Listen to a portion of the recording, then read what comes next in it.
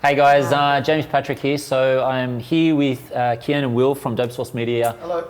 Who have been helping me compile Martin Scorsese film of my artwork. No pressure, guys. So yeah, I wanted to just have a quick chat about the process that you guys have gone through to try to help capture what I've gone through. Yeah. So Ken today at the Coffee Festival was looking after the hyperlapse. There's over, I think they said like, what, over 100,000 people or something? Yeah, they say they get up to 100,000 people passing through the rocks on the day of the festival. So, and I can vouch for it. Like I was walking through, I did a couple of hyperlapses through the rocks, and it was just chock of blocks. Yeah. How long did that take to get that shot? I actually don't know. It seemed like a long time. And the first time I passed through, I played the clip, and because of the interval I set, it was only a 7-second clip, which I don't think is long enough. It doesn't do the place justice. So, yeah, okay. I halved the interval and I set out again. Turned out really well though. Yeah, like, the second time it turned out really well. You got that effect of basically gliding through the whole, like bird's eye view of so you get to experience the scope of I guess how big it is. Because we wanted to portray that. Because you were, Will, you were shooting a lot of the close-up stuff and the interactive things that we were doing in here. Yeah. And so I think, most of the footage that we looked at and the stuff we're playing on the monitor was when we were starting the artwork, it was, 2, 3, 4, 5 people. So I think with that hyperlapse, what you guys are trying to put together was to show, there's 100,000 people and then bang, zoom into how many people are actually seeing. Yeah, but more importantly, I think the hyperlapse, I mean, of course the Aroma Festival is like Australia's biggest coffee festival. And I wanted to show, it is. And I wanted to show that, but I mean, obviously the main centerpiece for my project, our project is your piece of art. Yep. To me, like I found it really fascinating how you're able to come up with your artwork and relay so much detail in it as you go. Yep. So I'm just wondering, how do you get that inspiration and where do you conceptualize these ideas? Like, where does it come from? Have you ever watched the TV program Mr. Squiggle? When you're a kid? Yes. Yeah. So that is the foundation. I was trying to remember which one it was. Mr. Squiggle, for anyone out there who is young and doesn't know what it is, or is you never used to watch kids program, is basically a television program where they will paint or draw something on a piece of paper and then they'll turn it around and you've got to see a picture within it. So it's sort of like a Sesame Street sort of little thing.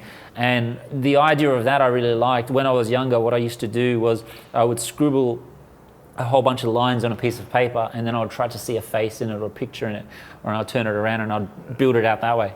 And I did that for a long period of time because it's not really abstract, but it's like, I guess it's sort of similar to like when you're making a video, right? In the sense that you have an idea of how things are going to work out and you have a visualization of how things are going to come to play. But then when you're actually there, based on the skills that you've developed over a period of time and the tools, it doesn't just come to you. You look at the situation and then you trial and error and you when you're in that creative space, you can say, well, okay, wait a minute. Looking at this with everything that I know, I'm going to try this, and then I'm going to try this. And I think it sounds like an experimental film, equivalent. It is very much like, I think it's like failing till you succeed, which is what I think Seth Godin or somebody said, which is how you get to a level where you can know when to stop. Yeah. So what would be your main challenges painting with coffee? Like, what did you find difficult with it? Getting it to stick, getting it to dry, and trying to pull out as many colours as possible, or shades of the coffee, and then stopping it from sort of running when I didn't want it to. Okay. Because it's sort of like... it's watercolours on steroids, isn't it? Yeah, it's sort of like heavy watercolour. Right. So, I mean, watercolour, you can put it and then it will drip and it will move around. Yeah. But watercolour is generally a lot... Like, it's watercolour, but it's like dark. So if it does run, it's very, very obvious. And it's sort of like you might create a line or something like that, a very light line, and then you might put a lot of coffee on your brush and just tap it, and then the dark color will run along that line. Run into that line. Right. So it's sort of like figuring out little things like that. And then, yeah, like I said, waiting for it to You would dry. have to like kind of change your technique, right? Well, Yeah, like, it it's is the different. I farm, mean, like, you're working with oils what and you're paints and working stuff with. like that. It's Yeah. pretty much designed to do what you want it to do. It's designed to help you, but with coffee, it's not really designed to help you unless you're drinking it. You know, it's not your friend. Did you You do think any it is your friend, but it's not your friend.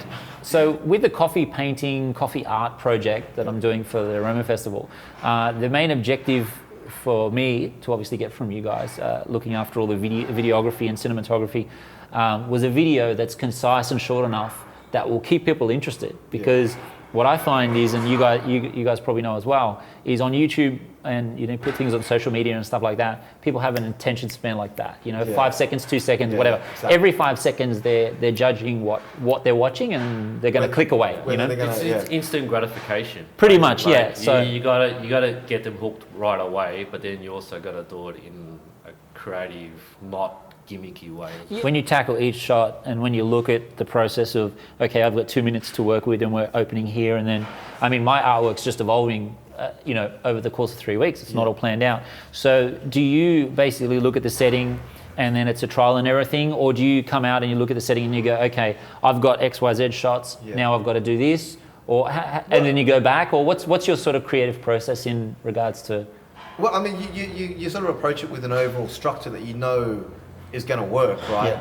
But you have to be flexible because I don't know what your result's going to be, and for me to sort of go blindly in and go in one direction, it's not going to really reflect the artwork. And I think the important thing is when you put a short film together, which this is essentially what it is, right? A 2-minute short film, is to complement the aesthetics of your artwork and the process within like the parameters of filmmaking.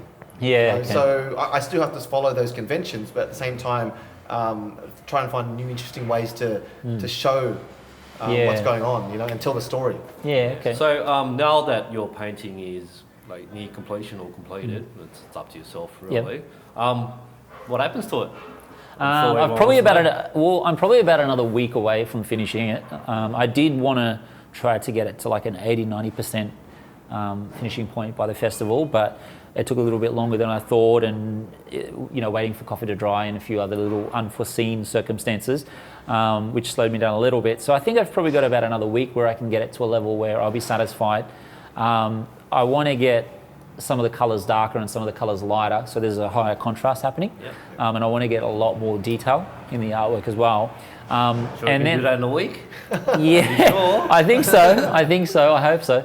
And then it'll be up on my website. I will be exhibiting it next year at the festival, so we'll have it on display at the 2016 Aroma Festival. Put that in your diary. But it will be up on my website.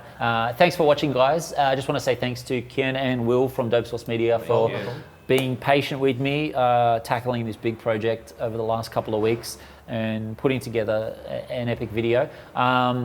Below, you can actually see the finished product of the artwork video, and you can see more footage behind the scenes and a whole bunch of other cool things that we did. So make sure you check in the comment section below for that, and make sure you subscribe as well. Thanks for watching.